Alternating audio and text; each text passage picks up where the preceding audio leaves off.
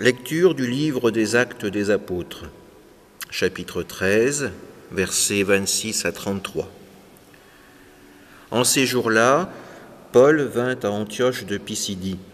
Dans la synagogue, il disait : « Vous, frères, les fils de la lignée d'Abraham, et ceux parmi vous qui craignent Dieu, c'est à nous que la parole du salut a été envoyée.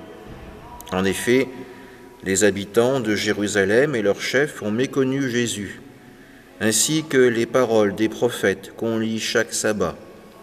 Or, en le jugeant, ils les ont accomplies.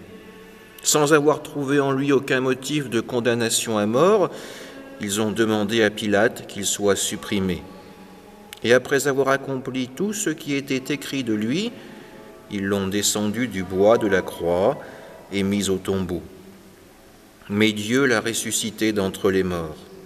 Il est apparu pendant bien des jours à ceux qui étaient montés avec lui de Galilée à Jérusalem et qui sont maintenant ses témoins devant le peuple. Et nous vous annonçons cette bonne nouvelle. La promesse faite à nos pères, Dieu l'a pleinement accomplie pour nous, leurs enfants, en ressuscitant Jésus. Comme il est écrit au psaume 2, « Tu es mon fils, moi aujourd'hui je t'ai engendré ». Parole du Seigneur. Malgré leur volonté de s'opposer à Jésus, les grands prêtres, les scribes, les pharisiens n'ont fait finalement qu'accomplir les prophéties annoncées pour le Messie. Son rejet de la part des hommes, sa persécution, sa mise à mort et sa résurrection. Le plan de Dieu n'est pas un plan de domination de l'homme, c'est avant tout un plan pour la victoire de la vie.